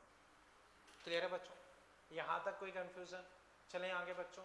ठीक है, ठीक है ना, वो छोड़ो, वो रियल कंडेंसर और जो हम सिंबॉलिक पढ़ रहे हैं उनमें बहुत फ़र्क होता है। रियल कंडेंसर में कई और चीज़ें रखी जाती हैं तो उससे इसे रिलेट डायरेक्टली नहीं कर सकते। हालांकि बेसिक कंस्ट्रक्शन यही होता है लेकिन वो अलग तरीके से बनाया जाता है। ठीक है ना, तो खैर वो बाद में कभी सोचेंगे, अभी सीधे चलते हैं। ठीक है बच्चों, चलें आगे। अब बच्चों हेडिंग लिख, ये तो वही आ गया, क्या गड़बड़ हो गई। हाँ, हेडिंग बच्चों ये लिख लो, इम्पीडेंस। इम्पीडेंस, इम्पीडेंस को बच्चों हम Z से डिनोट करते हैं। किससे? Z से। इम्पीडेंस बच्चों क्या होता है? जो मान लो किसी में रजिस्टर लगा है, किसी में कैपेसिटर लगा है, तो उनका मिला के जो इफेक्टिव रेजिस्टेंस, उनका मिला के जो इफेक्टिव रेजिस्टेंस है बच्चों, उसको हम बोलते हैं इम्पीडेंस। तो मान लो जैसे हम सीरीज पैरेलल रेजिस्टेंस करते हैं, 2, 3 सीरीज में, बच्चों इफेक्टिव रेजिस्टेंस क्या होगा? 2 + 3 5, 2 + 3 5। मान लो 6 और 10 सीरीज में, कितना? 60। क्लियर है? अब ऐसे ही पैरेलल में रहता है तब भी हम करते हैं, ये चीज समझ गए? लेकिन बच्चों ऐसे ही हम यहाँ जो इफेक्टिव रेजिस्टेंस निकालते हैं तो उसको नाम देते हैं इम्पीडेंस। जो इफेक्टिव रेजिस्टेंस पूरे सर्किट का निकालते हैं उसको नाम क्या देते हैं? इम्पीडेंस। तो वही बच्चों मैंने लिखा है, net resistance of circuit due to all component is called impedance. Net resistance या हम बोल सकते हैं इफेक्टिव रेजिस्टेंस। इफेक्टिव रेजिस्टेंस, तो नेट रेजिस्टेंस या इफेक्टिव रेजिस्टेंस को हम क्या बोल देते हैं? इम्पीडेंस। ये चीज क्लियर है? अब इसे बच्चों फिर मैं हटा देता हूं, यहां तक क्लियर है, समझ गए ना? ठीक है। अब बच्चों हम अलग अलग तरह के सर्किट्स डिस्कस कर रहे हैं, तो उसमें बच्चों अब आप लिख लो आरएल सर्किट। बच्चों क्या लिख लो? आरएल सर्किट, आरएल सर्किट या एलआर, वो एक ही बात है। एलआर सर्किट लिख लो, चलो एलआर सर्किट। तो नाम से बच्चों क्लियर है इसमें क्या होना चाहिए, एल और आर। तो बच्चों मैं फिर कुछ चीजें रिवाइज करवा रहा हूं क्योंकि वही सबसे इंपॉर्टेंट होता है। बच्चों बताओ रजिस्टर का इफेक्टिव रेजिस्टेंस आर, रजिस्टर का इफेक्टिव रेजिस्टेंस, वोल्टेज और करंट के बीच का एंगल 0, ठीक है। फिर बताओ बच्चों इंडक्टर, इंडक्टर का इफेक्टिव रेजिस्टेंस ओमेगा एल, और उसमें वोल्टेज क्या होता है 90 आगे, वोल्टेज 90 आगे। कोई एक चीज बस रख लो, फिर वो जरूरत पड़ेगी तो अपने आप कर लो, ये दो दिमाग में है, ठीक है। अब एलआर सर्किट, तो बच्चों वो समझो, ये रजिस्टर, ये इंडक्टर, और ये मान लो अपना supply V equal to V not sine omega t, just plus minus, और करंट ऐसे फ्लो कर रहा है, ठीक है। यहां तक कोई दिक्कत? अब बच्चों मान लो यहां मैंने एक वोल्ट मीटर लगा दिया, वो क्या रीड कर रहा है, रजिस्टर के अक्रॉस वोल्टेज। यहां मान लो बच्चों मैंने एक और वोल्ट मीटर लगा दिया, वो क्या रीड कर रहा है, इसके अक्रॉस वोल्टेज, ठीक है। और यहां सप्लाई वोल्टेज है वो, ठीक है, क्लियर है बच्चों? यहां तक कोई दिक्कत? अब बच्चों मान लो मैं इसको इस तरह से ना लिख, या चलो ये लिख देता हूं, ये चीज क्लियर है? या बच्चों मैं एक काम करता हूं, इसमें वोल्ट मीटर ना लगा के ऐसे सिंबॉलिकली लिख रहा हूं,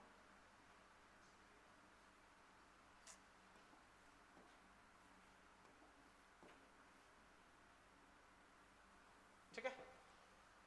बच्चों इसके अक्रॉस जो वोल्टेज है वो है वी नॉट या वी आर लिख रहा हूं, इसके अक्रॉस वोल्टेज वी एल, और ये वी नॉट, ठीक। अब ये है पीक वोल्टेज, या मैं इधर लिख देता हूं पीक वोल्टेज अक्रॉस आर, क्या है, वी आर। तो मैंने स्पेसिफाई कर दिया ये पीक है। ऐसी पीक वोल्टेज अक्रॉस इंडक्टर, वो क्या है, वी एल। और बच्चों बताओ यहां पीक वोल्टेज क्या है, वी नॉट। यहां तक कोई दिक्कत? अब बच्चों ये बताओ किस में कनेक्टेड है, सीरीज में क्या चीज सेम होती है, सीरीज में क्या चीज सेम होती है, करंट।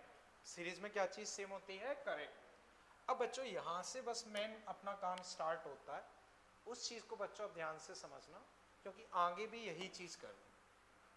देखो मान लो ये मैंने करंट की डायरेक्शन मानी, ये मैंने करंट की डायरेक्शन मानी, तो बच्चों यही करंट पूरे सर्किट में फ्लो कर रहा है क्योंकि सीरीज में कनेक्टेड है। अब बताओ रजिस्टर का जो वोल्टेज होता है उसका करंट से एंगल कितना होता है, कितना एंगल होता है? तो रजिस्टर का वोल्टेज मैं कहां ड्रॉ करूंगा, इसी तरह रजिस्टर का वोल्टेज मैं कहां ड्रॉ करूंगा, इधर। अब इंडक्टर में वोल्टेज आगे होता है या पीछे? तो इंडक्टर का वोल्टेज बच्चों मैं आगे ड्रॉ करूंगा, तो वो मैंने ऐसे ड्रॉ कर दी, ये चीज क्लियर है? तो करंट इधर, रजिस्टर का वोल्टेज इधर, इंडक्टर का वोल्टेज इधर, ये चीज क्लियर है? अब वापस समझो,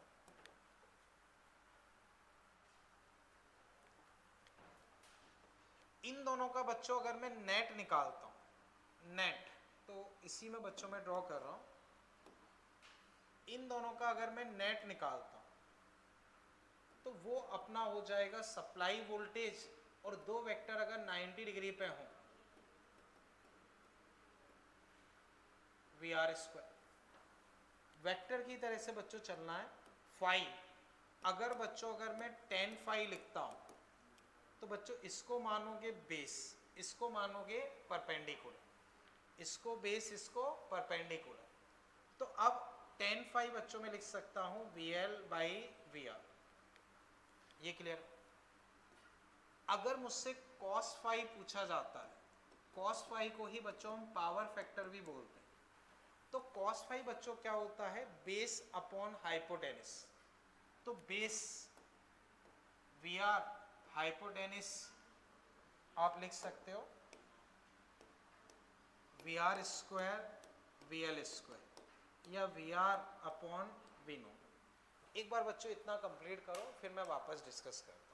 बच्चों ऐसा चाहिए फॉर्मूले रटने की कोई ज़रूरत नहीं, चीज़ें केवल समझनी है। जो मैंने ये लिखा है उसको रटने की कोई ज़रूरत नहीं, बस समझना है। एक बार अगर आपको अच्छे से समझ में आ गया तो फिर किसी फॉर्मूले की ज़रूरत नहीं पड़ेगी।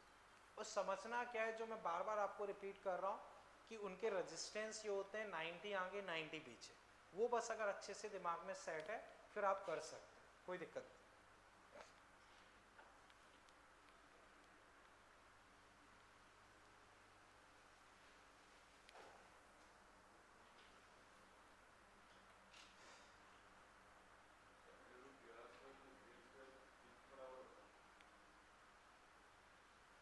क्योंकि ये मैंने पीक लिया है, मैंने वहाँ लिख दिया है कि ये भी इसके अक्रॉस पीक है। अगर मैं इनको आरएमएस लिख दूंगा तो फिर ये आरएमएस हो जाएगा। जैसे जो रिजल्ट अभी मैंने पीक के लिए निकाला, ये आरएमएस के टर्म्स में भी सेम रिजल्ट होगा। अगर यहाँ आरएमएस वोल्टेज लिखा है मान लो 220, वो आरएमएस है, ये आरएमएस है, तो आरएमएस में भी सेम आंसर आ जाएगा।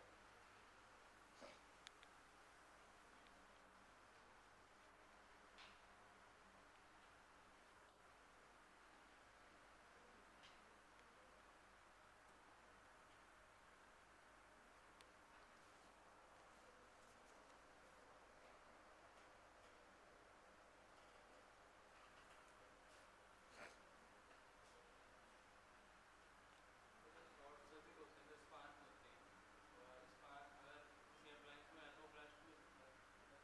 तो उसी तरह अगर इंडक्टेंस में फ्रिक्वेंसी की सॉरी कैपेसिटर फ्रिक्वेंसी का मुझे रहता है, अगर डीसी अपना डीसी वो लगा दिया जाए उसमें सोर्स, क्या ब्लास्ट हो सकता है? नहीं, डीसी में तो वो करंट ही फ्लो नहीं करेगा, वो ओपन सर्किट बन जाएगा। तो रेशियो तो ज़्यादा हो जाएगी ना। हाँ, रेजिस्टेंस ज़्यादा का मतलब हो गया कि करंट फ्लो नहीं करेगा।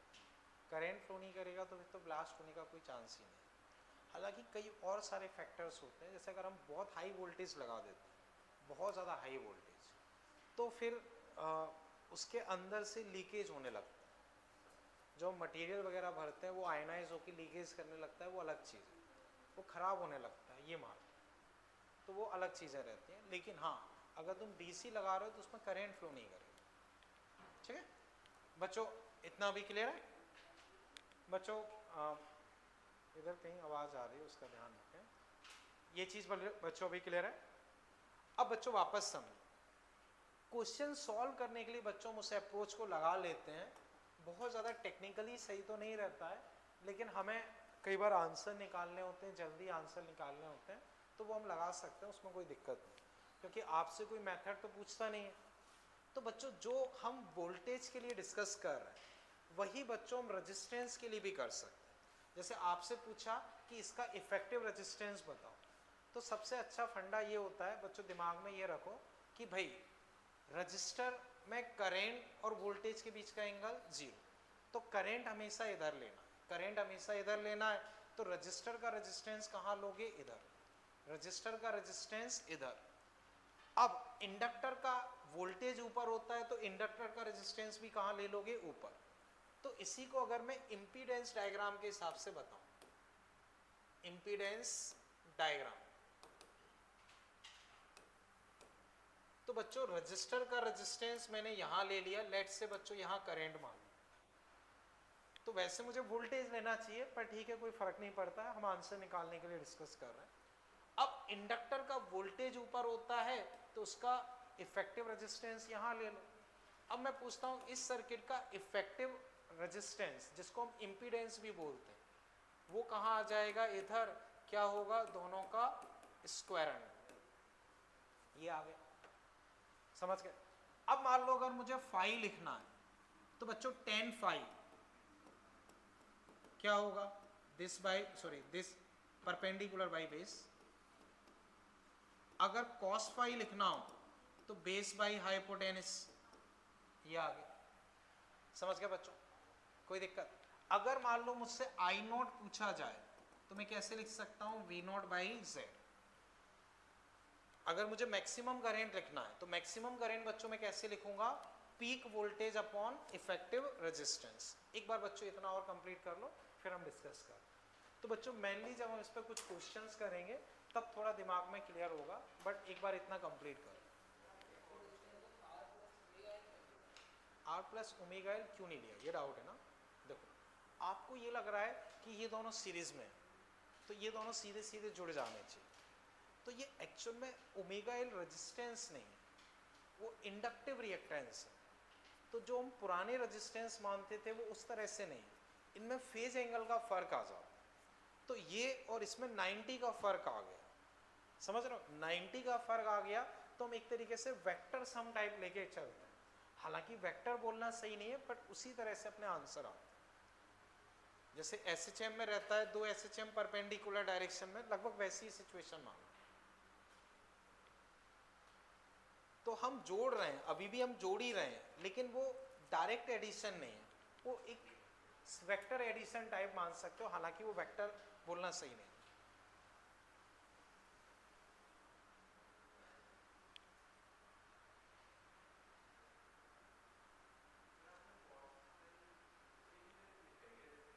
हाँ देखो, जब भी लिखना होगा बेस और ये हाइपोटेनिस, तो बेस बाई हाइपोटेनिस, बेस तो आर, देखो एंगल इधर चिपका हुआ है तो इसको बेस मानोगे, इसको परपेंडिकुलर, इसको हाइपोटेनिस, तो बेस बाई हाइपोटेनिस।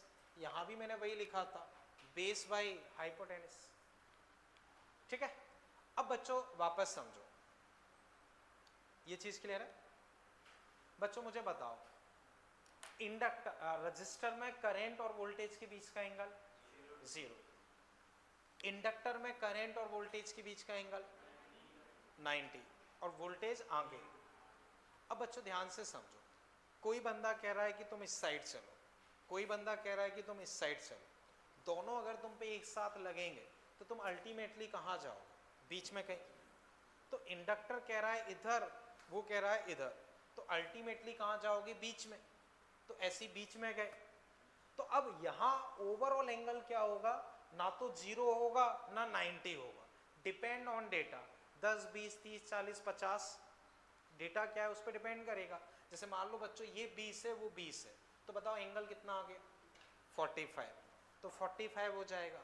लेकिन हम ये बोलेंगे कि ओवरऑल, देखो यहाँ ओवरऑल वोल्टेज करंट से आगे ही आएगा, क्योंकि ये 0 डिग्री, वो 90 आगे, तो ओवरऑल 45 से आगे आएगा।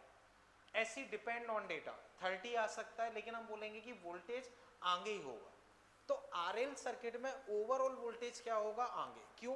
क्योंकि रजिस्टर की वजह से तो कोई फर्क नहीं पड़ता है, इंडक्टर में आगे होता है, तो दोनों के कॉम्बिनेशन से आगे ही आएगा, बस 90 ना होके 60, 70, 80, 40 कुछ वो आ जाएगा। तो आगे बच्चों इसमें एक लाइन इसमें और लिख लो, in this circuit voltage lead current, in this circuit voltage lead current, in this circuit voltage lead current by pi by 2, sorry, lead in this circuit voltage lead current by phi, by phi। तो यहाँ voltage current से आगे होगा, और कितना आगे होगा, phi कितना होगा वो डेटा पे डिपेंड करेगा। ये क्लियर है बच्चों? अब बच्चों इसमें हमने क्या सीखा है वो थोड़ा क्वेश्चन से और बेटर क्लियर हो पाएगा, तो इससे मैं हटा रहा हूँ। समझ गए बच्चों? अब क्वेश्चन बच्चों मैं इस पर डिस्कस कर रहा हूँ वो समझना।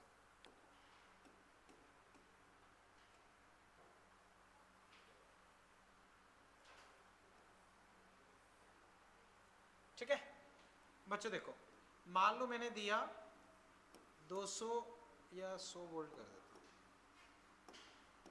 100 वोल्ट, ठीक है, और बच्चों मैंने दे दिया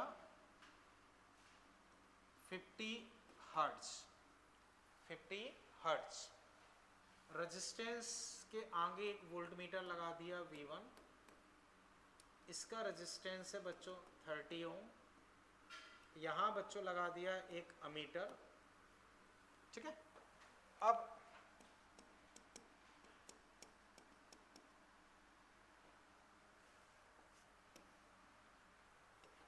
इसका इंडक्टेंस बच्चों तुमको दिया है 1/2 पाई।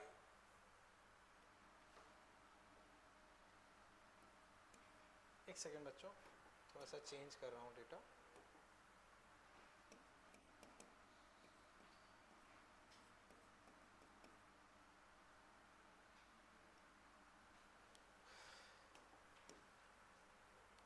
हाँ, इसका इंडक्टेंस है बच्चों 2/5 पाई, 2/5 पाई।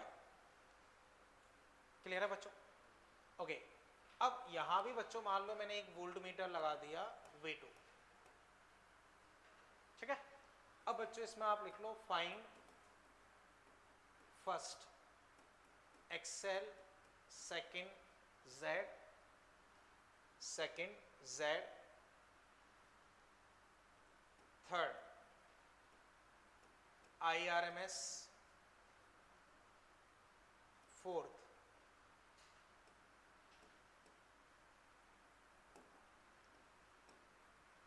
Reading of V1, V2 and A। करो बच्चों। तो बच्चों स्टेप बाय स्टेप जैसे मैंने पूछा है वैसे करते चलो, स्टेप बाय स्टेप बच्चों जैसे मैंने बोला है वैसे करते चलो बच्चों, ठीक है ना। जैसे जैसे बच्चों मैंने स्टेप बाय स्टेप पूछा है वैसे करते चलो, कोई ज़्यादा दिक्कत नहीं लगेगी।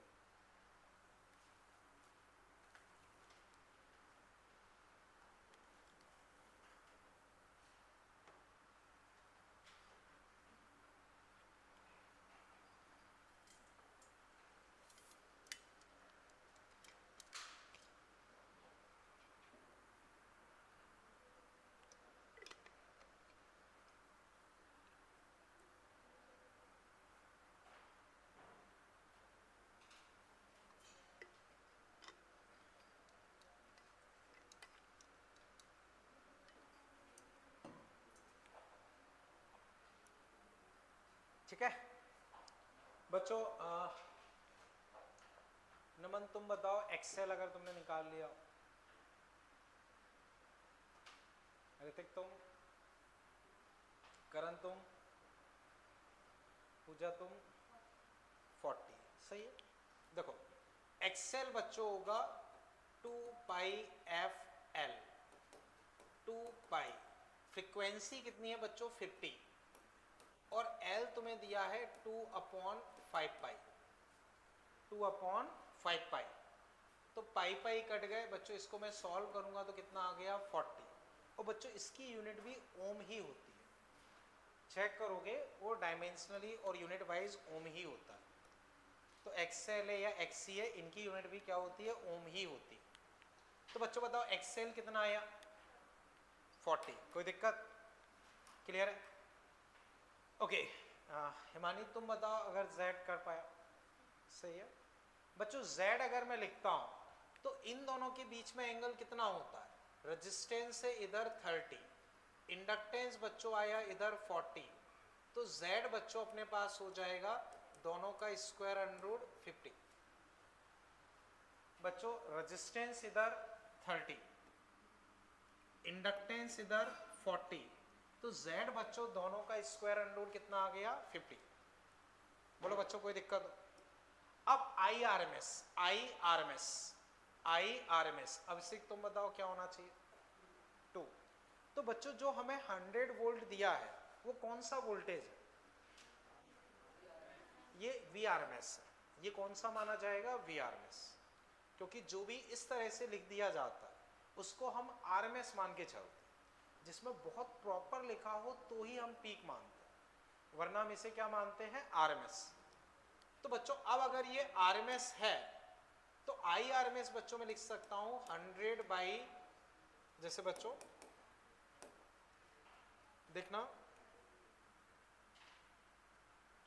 इसको बच्चों में लिख सकता हूं V R M S by Z.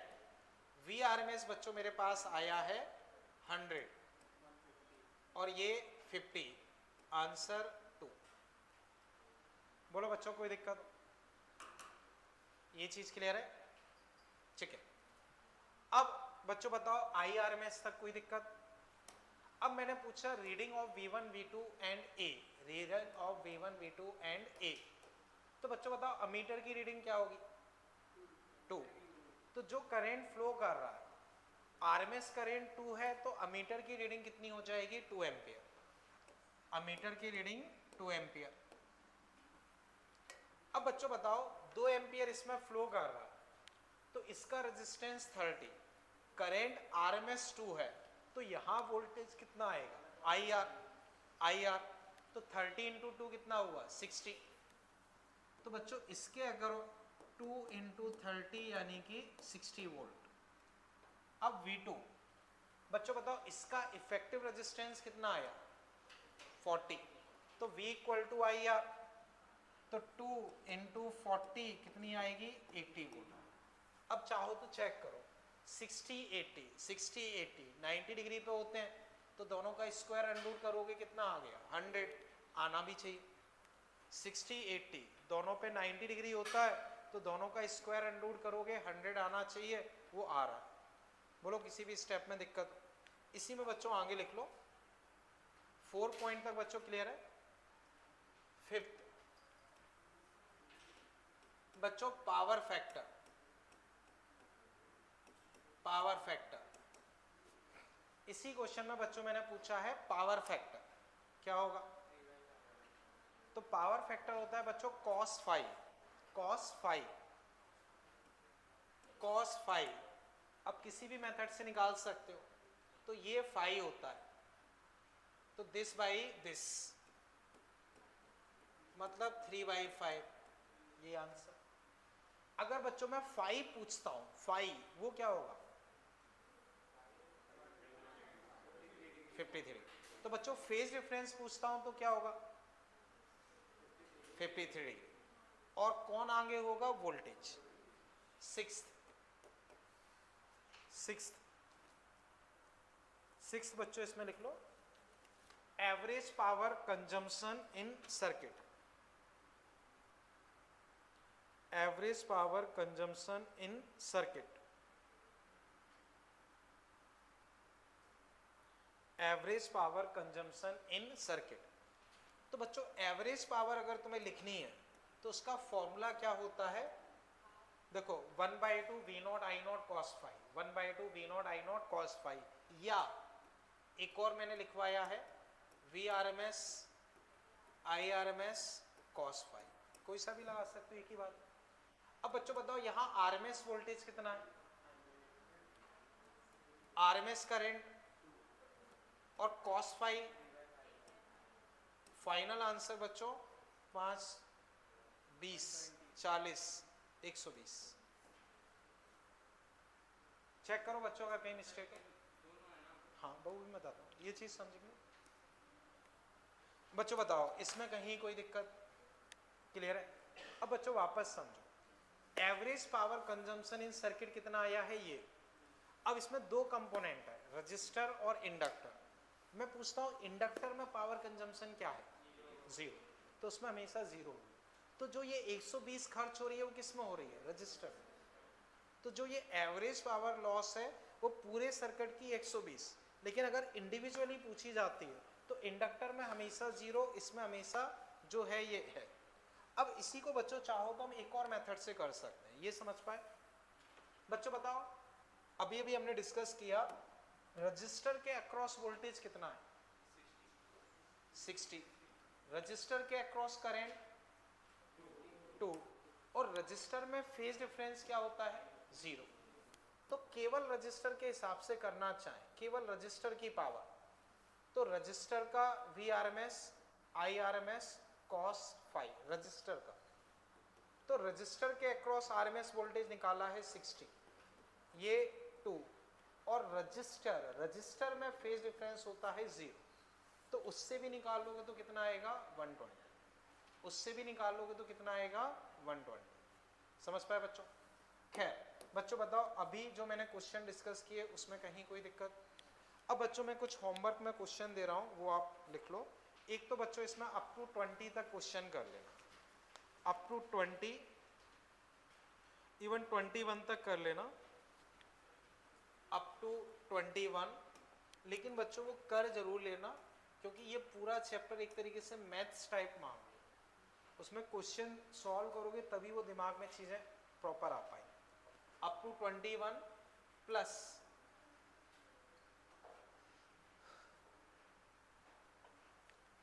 23, 27, 28, तो अप टू 21 के साथ साथ ये 3 क्वेश्चन बच्चों उसमें और ऐड कर लेना। ठीक है बच्चों? तो फिलहाल के लिए बच्चों इसमें इतना ही रखते हैं, बाकी फिर बच्चों देखते हैं।